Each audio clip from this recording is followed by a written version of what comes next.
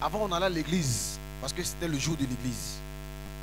On allait au culte des soirs parce que c'était le culte, le rendez-vous avec le Seigneur. Le dimanche, on était présent. Quand il y avait les moments de jeûne, on était présent. On avait cette crainte-là de manquer un culte parce qu'on était des hommes pieux. Malheureusement, aujourd'hui, on a perdu la piété. L'église est devenue un lieu de show où quand on arrive, c'est-à-dire on vient, on fait la fête, on danse, on acclame, on se sape, on se réjouit, en tout cas. Mais cette piété, cette crainte de Dieu qui faisait qu'on s'interdisait même de manquer un culte là, on a perdu ça. Les chrétiens d'aujourd'hui sont plus pieux. Même quand on vient pas à l'église, ça ne fait rien. Même quand on ne prie pas, là où le Seigneur nous a demandé de prier peut-être tous les jours à 5 heures, ça ne fait rien. On a perdu la crainte. On a perdu la piété. Et ça fait que Dieu s'est retiré de nous. C'est une grande source de gain que la piété avec le contentement. On a perdu la piété, mes amis. On a perdu la piété. Du coup, en semaine, nos temples sont vides. Organise un jeûne, tu vas voir. Les gens ne viennent pas. Parce que les gens ont perdu ça. Alléluia. Amen. Oh, ce soir, je bénis Dieu pour ta vie, pour ta présence. Amen. Parce que ça montre que tu es quelqu'un de pieux. Amen. Ah, il dit que tu es pieux. Amen. Les gens qui sont pieux, ils honorent le sacré. Il y a des choses que Dieu s'est donné. Ils ne jouent pas avec ça. Ils sont pieux. Tu vois, les musulmans, si on dit prie, comme il fait combien de prières par jour? 5 fois. Il est pieux. Il respecte les horaires. Et en priant, il respecte la position qu'il faut. Non seulement il prend la position qu'il faut, il dit les paroles qu'il faut. Chaque prière, chaque heure a ses paroles, a sa position, a sa façon de faire. Et à l'intérieur, il y a plusieurs doctrines. Il y en a parmi eux où la femme ne doit pas croiser les mains. Il y en a parmi eux où la femme ne salue pas, garçon. Et ils sont pieux. La piété a fui l'église de Christ. Et c'est un grand problème, un grand danger spirituel. Alléluia. Un grand danger. On est tombé dans une christianisme de libertinage. Non, Dieu est un Dieu de grâce. Donc, même quand tu pries, bon, tu peux te mettre à genoux, ça ne fait rien. Oui, bon, il ne faut pas salir ton costume. Le Seigneur, il est partout. Amen. Ouais, le jour où tu n'as pas envie de venir à l'église parce qu'il y a un bon match à la télé, tu peux rester. Tu sais, ce dimanche, tu peux te rattraper. On a perdu la piété. Alléluia. Amen. Acclame le Seigneur pour ta vie si tu es là ce soir.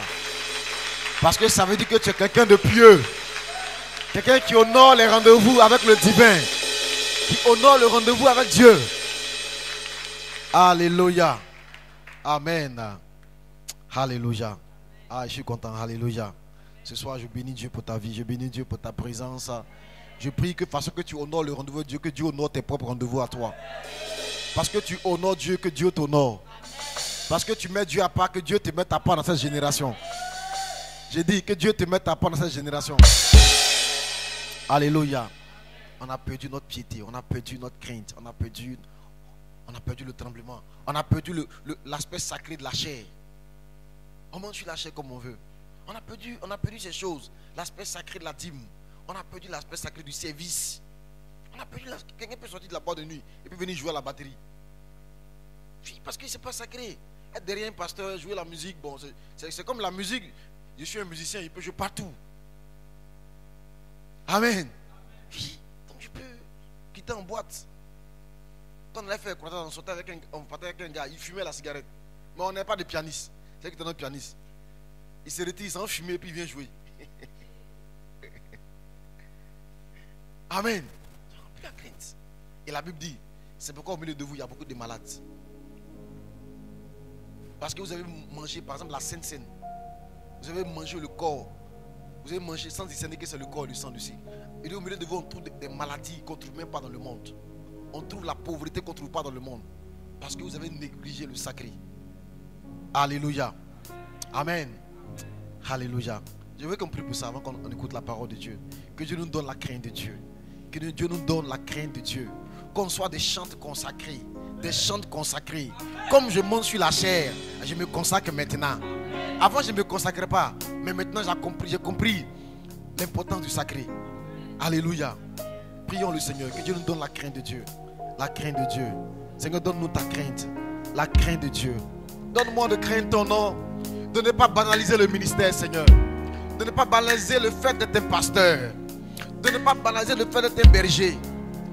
Oh mon Dieu, donne-moi la crainte de Dieu. La crainte de Dieu. La crainte de Dieu est le commencement de la sagesse. Seigneur, j'ai décidé d'être serviteur dans cette église. Donne-moi d'honorer les rendez-vous avec toi. Mes temps de service, de crainte de ton nom, Seigneur. De ne pas négliger mon temps de service. De ne pas prendre l'église comme un amusement. La Bible dit que l'église est la colonne, l'appui de la vérité. Tu es dans ta maison, tu es dans ton église. Oh Dieu de bonté, Dieu de miséricorde, donne-moi la crainte de Dieu. Donne-moi la crainte de l'Éternel. Donne-moi la crainte de l'Éternel.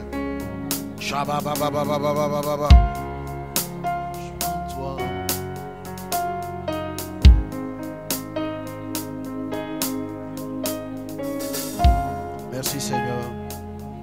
Béni sois-tu au nom de Jésus. Amen. Gloire à Dieu. Alléluia. Alors ce soir, Dieu a choisi un serviteur de Dieu. Alléluia. Pour nous parler. Vraiment, quand j'ai reçu son thème, j'ai dit waouh, on a besoin d'entendre de tels messages. Alléluia. Ce soir, tu seras béni par la parole. Amen. Alléluia. Tu seras béni par la parole. Voilà, c'est pour moi un fils, un fidèle compagnon, un fidèle assistant. C'est vraiment un de mes fils dont je suis fier. Je sais que Dieu l'amène quelque part. Alléluia. Dieu l'amène quelque part. C'est un amoureux de Jésus, un serviteur de Dieu qui me plaît beaucoup, un pasteur. C'est un vrai pasteur. Lui, il est vraiment pasteur. Il aime la pastorale. Visiter les gens, appeler, régler les problèmes des gens. Ça, c'est son ministère.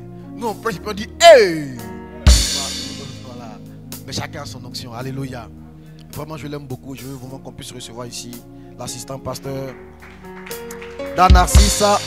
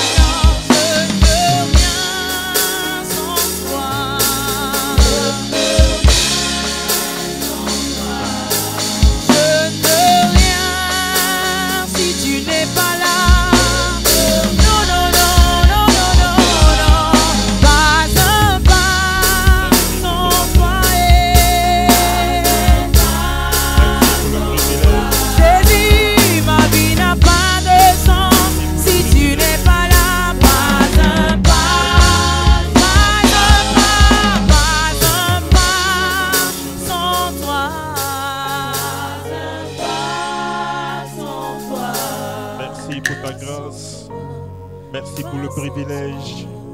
Merci Saint-Esprit pour ce que tu as accompli dans nos vies. Seigneur, nous t'exprimons ce soir notre reconnaissance. Merci pour ta fidélité. Merci pour ton amour, Seigneur, oh Dieu. Merci, merci pour ta grâce. Merci pour tout ce que tu as accompli dans nos vies, Seigneur. Père, ta grâce, Dieu, ne nous fait point défaut. Ta grâce, Seigneur, nous conduit. Ta grâce, Seigneur, nous conduit. Ce soir, Père, nous sommes là encore, Jésus, pour toi.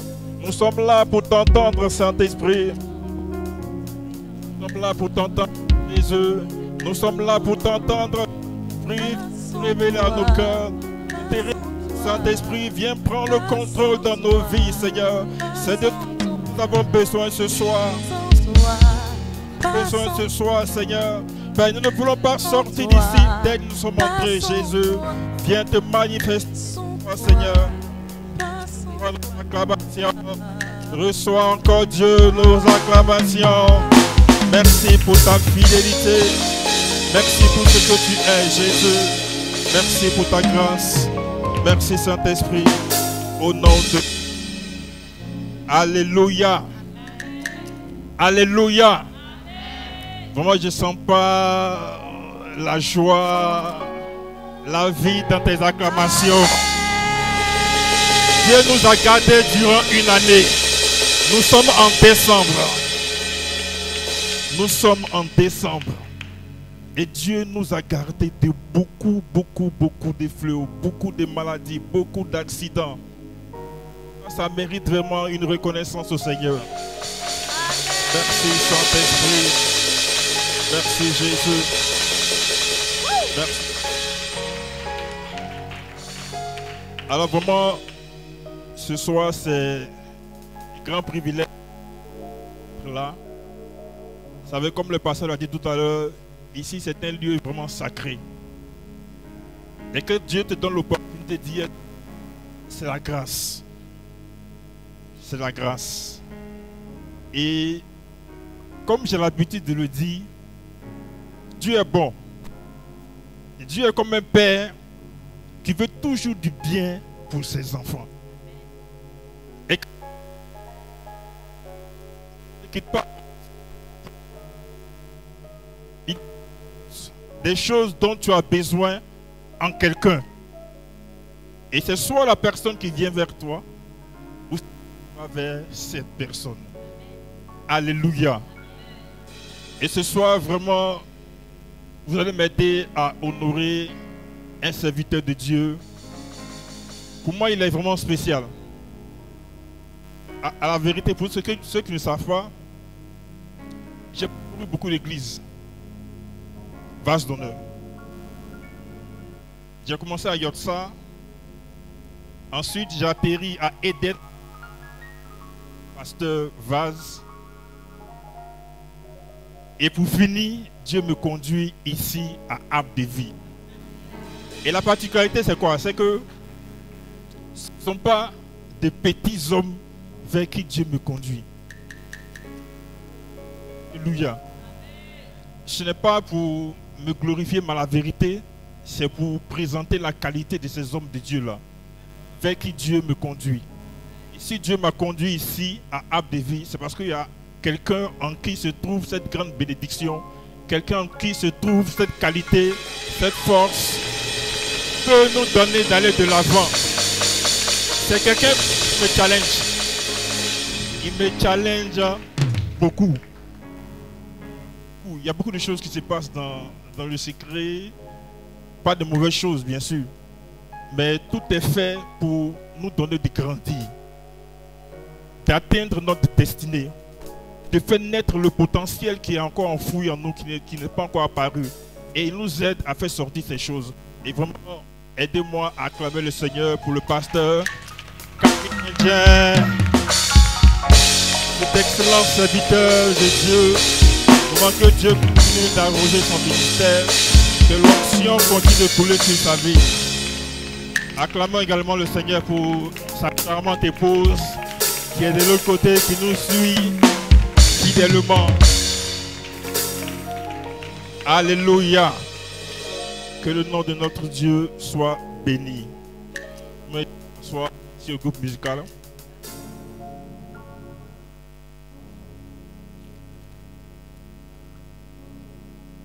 Alors, vraiment, c'est une lourde charge. Une très lourde charge, vraiment, de devenir la suite de l'homme de Dieu pour la part du Seigneur. Donc, aidez-moi ce soir à apporter la parole du Seigneur. Alors, vous savez, le diable est très rusé. Le diable est méchant. Le diable est stratège. Alors, il met des plans sur pied pour nous cribler, pour nous détruire, pour nous isoler. C'est clair, c'est sa méthode qu'elle a. Le message que je vais apporter ce soir, c'est pour renverser toutes ses œuvres, pour mettre à nu tous ses plans, afin que nous soyons des chrétiens forts, des chrétiens déterminés, des chrétiens qui pourront exprimer valablement leur potentiel. Alléluia. Alors le thème que je veux ce soir partager avec toi est « Ne sois pas seul ». Dis à ton voisin « Ne sois pas seul ». Ne sois pas seul. Prenons ensemble Genèse, le chapitre 2, verset 18. Genèse 2, 18 nous dit, l'Éternel Dieu dit, il n'est pas bon que l'homme soit seul.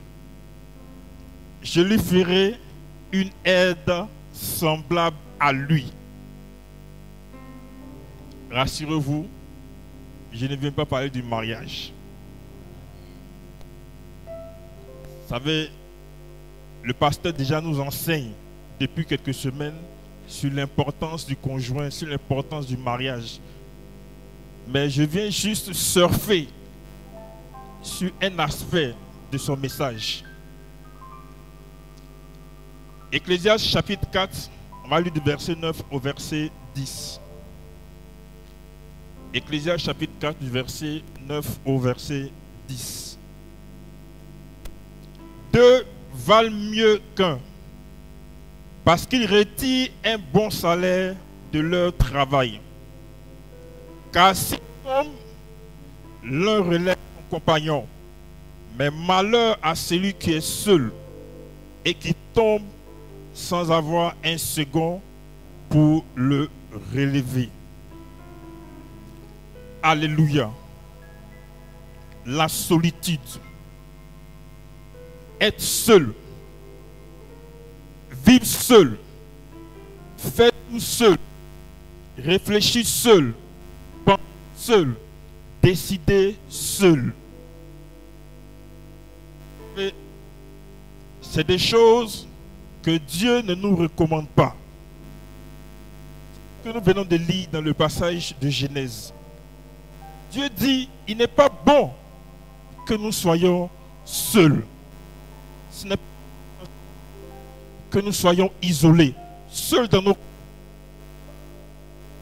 en train de réfléchir seuls, en train de nous débattre seuls. C'est des choses que Dieu n'encourage pas. Et Dieu dit, ce n'est pas une bonne chose. Bonne chose. Parce que dans toutes ces actions, il y a forcément un but. Tout ce que Dieu fait a... Pourquoi Dieu seul? Pourquoi il n'est pas bon d'isoler? Pourquoi il faut éviter? Ecclésiaste, les différents points. Il dit, deux valent mieux qu'un. Deux valent mieux qu'un. Pourquoi? Parce qu'ils retirent un bon salaire de leur travail. Quand on dit l'ouvrier mérite son salaire, l'ouvrier mérite son salaire. Ça veut dire que le travail que tu fournis, le travail que tu fais, mérite un salaire. Et c'est ce salaire qui va t'encourager. C'est ce salaire qui va te motiver à te donner plus, à faire sortir plus, à donner le meilleur de toi-même. Donc le salaire est une chose très importante. Mais il peut se trouver que ce salaire-là n'arrive pas à satisfaire tes besoins. N'arrive pas à combler tes besoins. Et Dieu dit, il faut que le salaire arrive à te satisfaire. Il faut que le salaire te donne de passer à un autre niveau. Et pour ce faire, ne sois pas seul. Ne travaille pas seul. Ne réfléchis pas seul. il te faut être avec quelqu'un pour que ton salaire soit satisfaisant. Pour que tu retires un bon salaire de l'effort que tu vas fournir. C'est ce que deux valent mieux que parce qu'ils retirent un bon salaire de leur travail.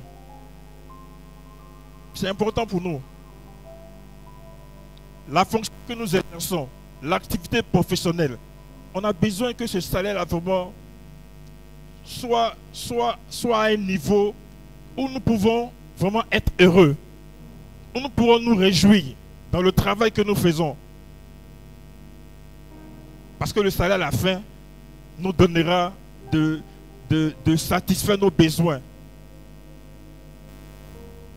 de gérer toutes nos charges. Il est important que notre salaire soit bon. Alors, qu'est-ce que Dieu dit ensuite? Il dit, car s'il tombe, l'un relève son compagnon. Quand tu es seul, on a connu beaucoup d'histoires où tu rencontres quelqu'un la veille, tu étais avec lui, il était bien portant. Et le lendemain, on te dit, la personne est décédée. Un frère qu'on avait de l'autre côté à Athènes, vraiment, dimanche, on était ensemble. Il servait dans le département de la communication, bien portant, bien vivant. Le lendemain, qu'il est décédé. Qu'est-ce qui s'est passé? Qu'est-ce qui a pu bien se passer? Alors, il dort seul. Il dort seul dans sa chambre. Donc chaque matin, bon, il se réveille comme d'habitude. Mais cette fois-ci, il a mis du temps. 7 heures, 8 heures, 9 heures. Ça me... Très tôt ou bien... Du coup, arrivé à un certain moment, sa maman s'est dit, donc elle va frapper à la porte. Personne ne répond. Tape à la porte. Donc ça commence à l'inquiéter. Donc elle a appelé quelqu'un pour forcer la porte, de casser la porte. Et voici qu'il est couché raide mort. Raide mort. Ça veut dire qu'il a piqué une crise la nuit. Mais il est seul. Il n'y avait personne pour courir. Personne pour lui venir en aide. Il s'est débattu tout seul. Il pique une crise. C'est une crise d'AVC. S'il n'y a personne à côté, vous allez voir, il peut t'emporter. La mort peut le prendre. Voyez la gravité d'être seul. La Bible nous dit, car s'il tombe, l'un relève son compagnon. Mais malheur à celui qui est seul et qui tombe, sans avoir un second pour le relever. On ne peut pas tout faire seul. On ne peut pas tout faire seul. Même si tu t'estimes trop fort. Même si tu penses avoir plein d'énergie. Tu ne peux pas tout faire seul. Il y a des blesses. Il y a des moments difficiles qui arrivent. Et on a besoin des autres. On a besoin de se soutenir les uns les autres. Et la Bible dit, ne restons pas seuls. Parce que si tu es seul, que tu traverses un moment difficile, ce moment difficile peut t'emporter. Or, quelqu'un à côté a la solution à ton problème. Tu es tout le temps dans ton coin. Tu ne parles pas à personne, tu n'es pas la personne. Pourtant, ton problème, il y a juste quelqu'un à côté qui a le remède de ton problème. La solitude est une chose très dangereuse. Continuons dans le passage, Ecclésiaste chapitre 4, je crois qu'on va aller au verset 12.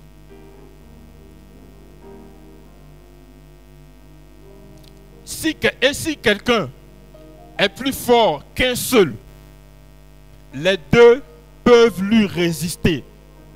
Et la corde à 3 fils ne se rompt pas facilement. À deux, on peut résister à l'adversité, face à l'adversité. À deux, on peut faire front. À deux, on peut combattre. Deux forces réunies peuvent combattre la difficulté, peuvent relever les défis. Il est très important pour nous de ne pas être seuls. À deux, nous pouvons mieux mener la bataille. À deux, nous pouvons mieux combattre. À deux, nous pouvons relever des défis. Parce que tu ne peux pas maîtriser toi seul toutes choses. Non, tu ne peux pas. Il y a forcément une limite. Il y a forcément une limite. Et là où tu as la limite, quelqu'un peut te secourir. Quelqu'un peut t'aider. Donc à deux, on peut résister. À deux, on peut mieux combattre. À deux, on peut faire fuir les esprits. Alléluia. C'est une chose vraiment très, très, très importante. Très, très, très, très, très important pour nous d'éviter la solitude. De ne pas être seul. De ne pas être seul. Le passage de Genèse que j'ai lu tout à l'heure, généralement, on voit cela plus dans l'aspect du mariage. Mais les choses vont au-delà. Au-delà du mariage. On a besoin de l'autre. On a besoin de l'autre pour aller de l'avant. On a besoin d'être avec l'autre. Alors on va se poser la question de savoir comment y arriver. Comment arriver à vaincre la solitude? Comment arriver à surmonter? Parce que la solitude peut être causée par beaucoup de choses. Soit la timidité, la peur, l'inquiétude, les blessures intérieures, toutes ces choses peuvent être la cause de la solitude. Mais comment sortir de cela? Comment arriver à vaincre cela? Comment arriver à aller vers l'autre? Comment arriver à être sociable? Alléluia.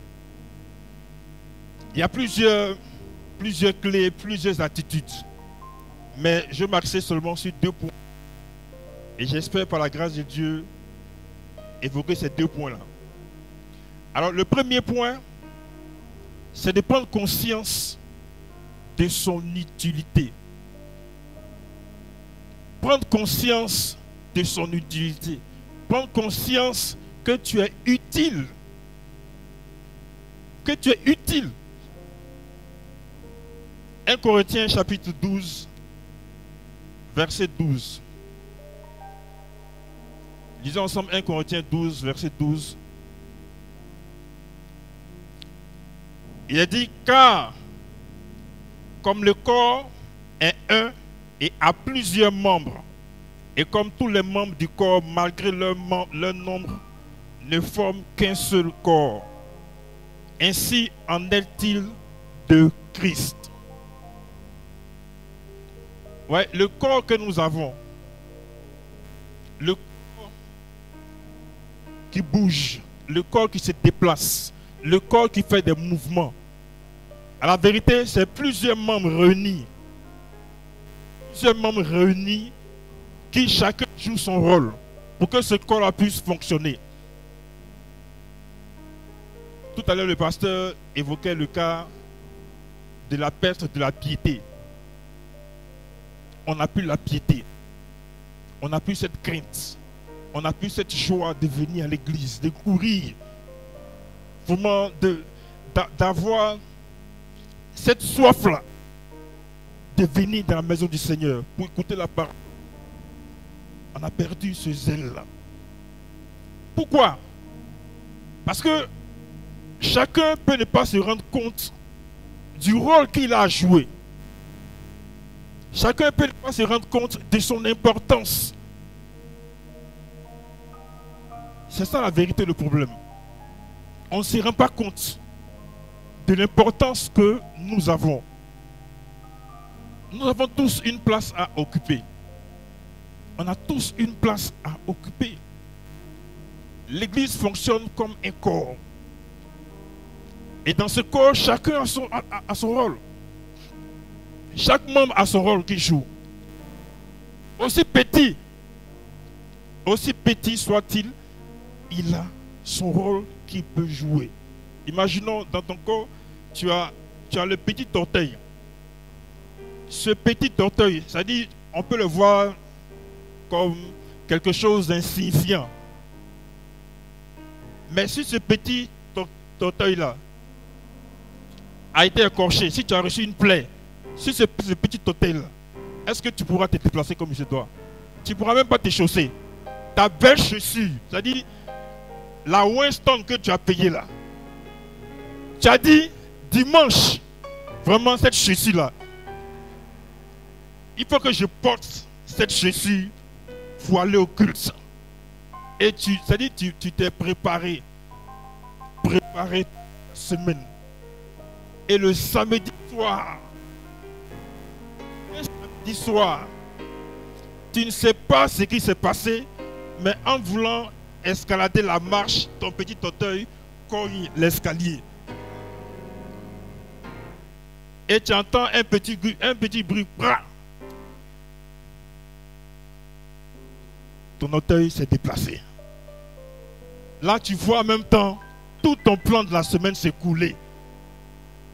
Tout ce que tu as préparé, comment tu as t'habillé, comment tu as tes chaussées. Du coup, tout ça s'écoule. Juste parce que ce petit orteil-là a été blessé. Donc, c'est pour présenter l'importance de chaque membre. On est tous importants. On est tous importants. On a tous de la valeur. On a tous de la valeur. Et je le dis généralement, vous savez, Dieu a dit à Jérémie, avant que tu ne sois formé dans le sein de ta mère, je te connaissais. Je t'avais le prophète des nations. Donc Dieu avait déjà établi tout le plan concernant la vie de Jérémie. Tout ce qu'il viendra faire sur la terre. Et Dieu fait toutes choses pour un but. Dieu ne fait rien pour rien. Tout ce que Dieu fait, il le fait pour un but. Regardez même nous les êtres humains, nous-mêmes. Toutes les inventions, tout ce que nous créons, toutes les inventions que nous voyons, à la vérité, tout ça c'est fait pour résoudre un problème. Quelqu'un a vu, quand il fait nuit, dans les différentes pièces, c'est l'obscurité, il fait noir. Mais comment, qu'est-ce qu'on peut faire, qu'est-ce qu'on peut créer, comment résoudre ce problème d'obscurité? Et quelqu'un réfléchit, il dit, ah, l'ampoule, on va créer l'ampoule. Et la personne invente l'ampoule. Aujourd'hui, l'ampoule que nous avons, avec toutes ces variantes, qui est claire, qui fait disparaître l'obscurité des salles. Deux personnes qui se trouvent à une distance très éloignée. Mais comment faire pour que ces deux personnes puissent communiquer aisément, facilement? Quelqu'un qui peut se trouver à 12 000 km d'ici, comment arriver à communiquer avec lui sans toutefois nous déplacer? On réfléchit à ça. Et quelqu'un crée le téléphone. Donc il faut un problème pour qu'on puisse créer la solution. Pour qu'on puisse trouver la solution. Pour qu'on puisse avoir une invention. Et si les hommes font toutes ces choses-là, qu'en est-il de Dieu? Tout ça, ça vient de Dieu. Tout ça vient de Dieu. Est-ce qu'on réfléchit? Il dit, il faut que sur la terre, voir un être humain, quelqu'un du nom de Jérémie. Jérémie, en venant sur la terre, venait résoudre un problème. Jérémie venait résoudre un problème. Mais quelque part, Jérémie se voyait comme étant un problème. Jérémie se voyait comme étant un problème. À cause certainement des difficultés. À cause des obstacles. Et c'est la même chose que nous pouvons rencontrer aujourd'hui. Les difficultés que nous traversons. Les défis auxquels nous sommes confrontés. Tout ça nous font douter de notre importance, de notre utilité. Pourquoi nous sommes là? Est-ce que nous ne sommes pas un problème? Alors tout le monde peut t'insulter, mais toi tu es un bon à rien. Tu n'es pas intelligent. Tu ne sais à rien. Tu es un problème. On regrette même ta venue sur terre. Je te dis ça. Tu dis rien de moi. Je ne suis pas concerné. Tu as décidé que j'existe, que j'arrive sur la terre. Je suis venu résoudre un problème pour Dieu. Je suis une solution. Je suis une solution pour Dieu. Alors comprends que tu es utile entre les mains du Seigneur. Tu as ton utilité sur la terre. Tu as ton utilité de Dieu. Tu es utile. Et tu as une part à jouer. Oui. Tu es aussi membre de ce corps. Tu es membre de ce corps. Voyez, le pasteur, lui seul, ne peut pas tout faire. Le pasteur, à lui seul, ne peut pas tout faire. Alors il lui faut des collaborateurs, des personnes autour de lui, qui l'aideront à exécuter sa tâche, qui l'aideront à atteindre sa vision, qui l'aideront à atteindre ses objectifs. Il ne travaille pas seul, il vient jouer son rôle. L'assistant pasteur, il y a des responsables des départements, il y a des patriarches, ainsi de suite. Chacun à son niveau, à son rôle à jouer. Et si tu ne comprends pas que tu es utile entre les mains du Seigneur, la solitude va t'emporter. Et c'est une ruse du diable. C'est une ruse du diable. Le diable a pour stratégie de nous isoler. Il nous isole par des pensées, par des choses qu'il nous dit. Et ces choses finissent par nous isoler. Et quand tu es seul, alors il va te cribler de toutes sortes de difficultés, toutes sortes de maux, toutes sortes de problèmes. C'est ça le plan du diable. Imaginons dans un foyer, quand il y a un feu, c'est plusieurs bois réunis qui donnent ce feu-là. C'est plusieurs bois réunis qui font que le feu est encore plus grand. Imaginons qu'on retire un fagot, un bois. On retire ce bois-là, qu'est-ce qui va se passer? Ce bois va s'éteindre seul parce qu'il est isolé. Il n'est plus dans le groupe. Il n'est plus dans le groupe parce que quand dans le groupe, il y a un qui commence à s'affaiblir. Son feu commence à s'éteindre. Il y a forcément l'autre à côté, le bois à côté, qui a encore son feu et qui communique son feu à celui qui est en train de s'éteindre. Et ça fait que tout le monde est au même niveau. Et le feu est plus activé. C'est ça qu'il s'agit. Si tu restes seul, tu ne viens pas à l'église. Sous prétexte que tu as trop de problèmes, tu ne viens pas à l'église. Mais ton feu va s'éteindre. Ton feu va finir par s'éteindre. Ton feu va finir par s'éteindre. Comprends alors que tu es un membre important du corps. Tu es peut-être le bras. Tu es peut-être le doigt. Tu es peut-être le pied. Tu es peut-être la tête. Tu es peut-être Dieu. Tu as forcément un rôle. Parce que Dieu ne t'a pas conduit ici inutilement. Il y a forcément une raison pour laquelle Dieu t'a conduit ici. Il faut pouvoir comprendre ça. Tu es utile dans la maison du Seigneur. Tu n'as pas à jouer. Il est important pour toi que tu puisses même intégrer un groupe. Pour que tu puisses mettre à la disposition de l'église ton potentiel, tes talents, tout ce que tu as. Tu es utile entre les mains du Seigneur. Car comme le corps est un et a plusieurs membres, et comme tous les membres du corps, malgré leur nombre, forment un seul corps. Si tu n'es pas là pour jouer ton rôle, sache que le corps ne fonctionnera pas bien. Le corps ne fonctionnera pas bien. Le dimanche surpassé, on était au nombre de 720, je crois. Plus de 700. Le dimanche qui a suivi, on était à 600 et quelques. Ça veut dire qu'il y a beaucoup qui ne sont pas venus. Plusieurs qui étaient là le dimanche passé n'étaient pas là ce dimanche. Plusieurs. Alors, qu'est-ce que chacun de nous a pu bien faire?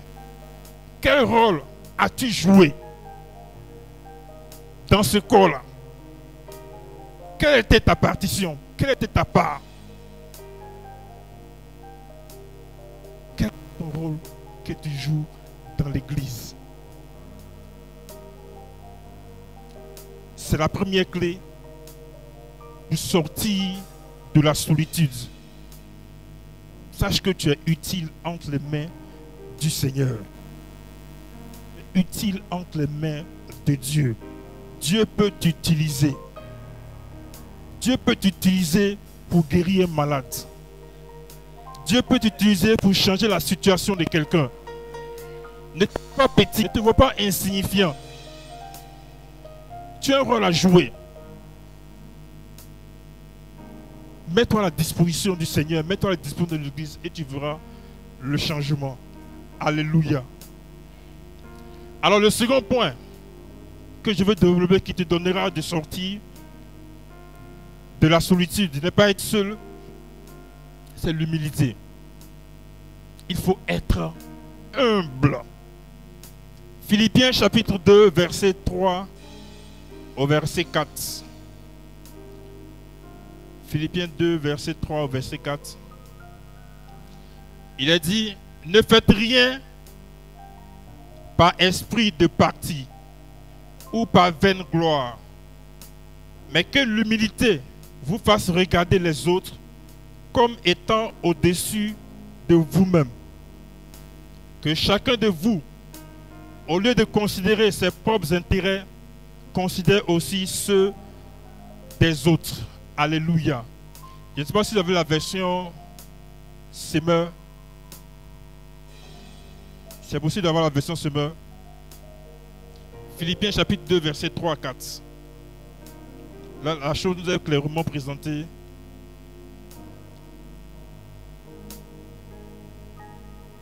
Voilà. Philippiens 2, 4. Que chacun regarde non ses propres qualités. Ça veut dire, n'aie pas une haute estime de toi-même. Ne te vois pas trop grand. Ne te vois pas trop important. Ne te vois pas trop supérieur. Il ne faudrait pas avoir une haute estime de soi-même. C'est un piège, c'est un problème. C'est quelque chose qui te conduira dans la solitude. Continuons. Et que chacun regarde non ses propres. Non, reviens. Et que chacun regarde non ses propres qualités, mais celles des autres. Ne regarde pas tes propres qualités, mais regarde la qualité des autres. Parce qu'on ne se ressemble pas tous. On ne se ressemble pas tous. Chacun a sa particularité. Là où tu as un manque, là où tu n'es pas fort, il y a l'autre qui est comblé à ce niveau-là. Et c'est quand vous serez ensemble que ça formera un bloc. Et vous pourrez aller de l'avant. Donc, ayons une considération, ceux sont autour de nous, aussi petit qu'il peut se présenter, signifiant, il est important aux yeux de Dieu. Dieu l'a envoyé. S'il n'avait rien en lui, Dieu n'allait pas le conduire ici. Dieu ne l'aurait pas conduit ici si cette personne-là n'avait aucune qualité. Non, non. Elle a une solution à un problème d'église. À un besoin d'église. Juste de reconnaître cette personne. De l'aimer. De la voix supérieure. Tu verras que la personne même fera sortir son potentiel, ses qualités. Parce que quelqu'un qui a apprécié,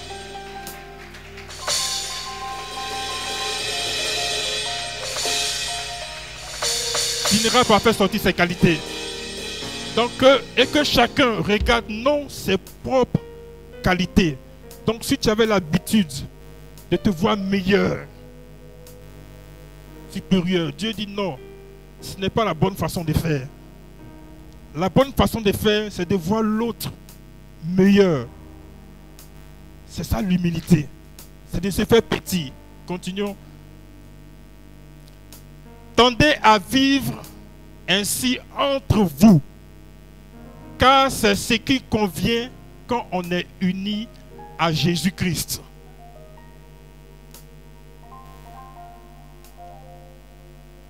Continuons. Bon, on va s'arrêter là. Alléluia. C'est ce qui convient pour les enfants de Dieu.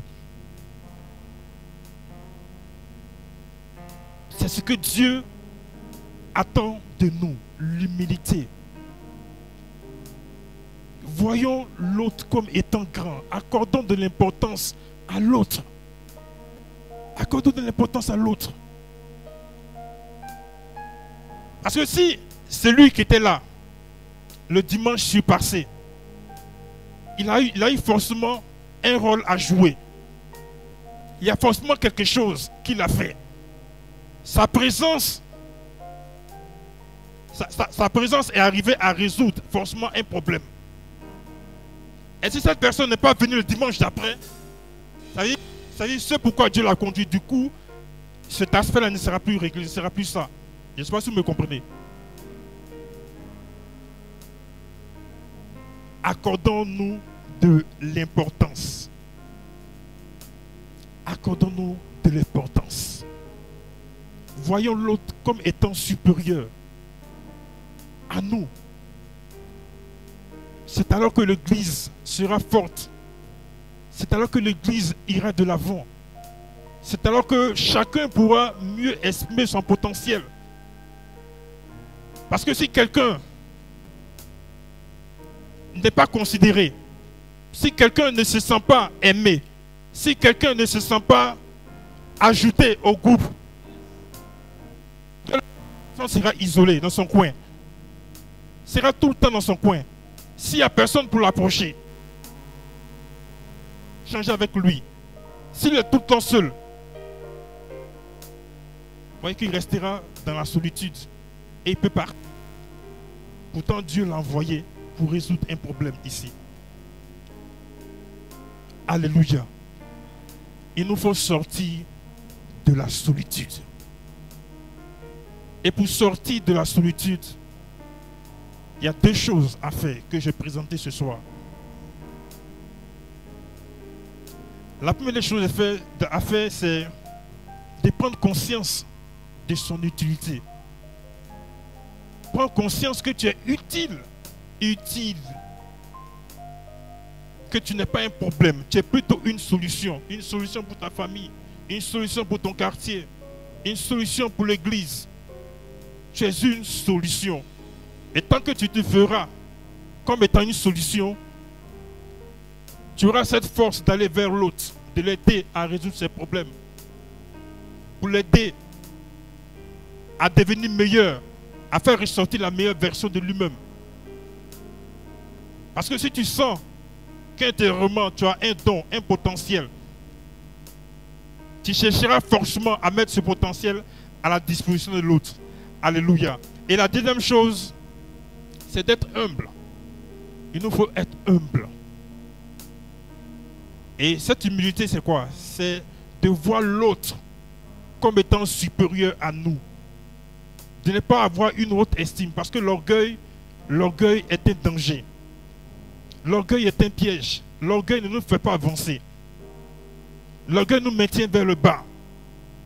Mais en se faisant petit et en voyant l'autre, tu vas apprendre beaucoup. Tu apprendras beaucoup. Qui se fait petit apprend beaucoup.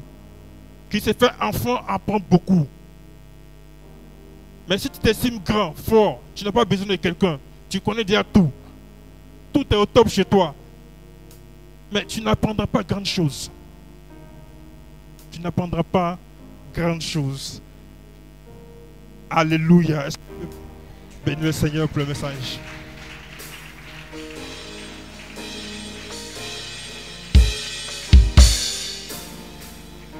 Est-ce qu'on peut ensemble se tenir debout?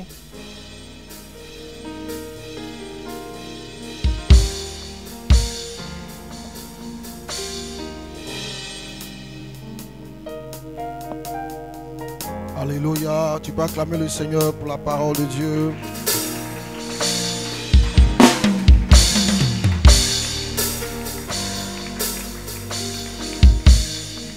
Amen. Tu peux t'asseoir. Alléluia.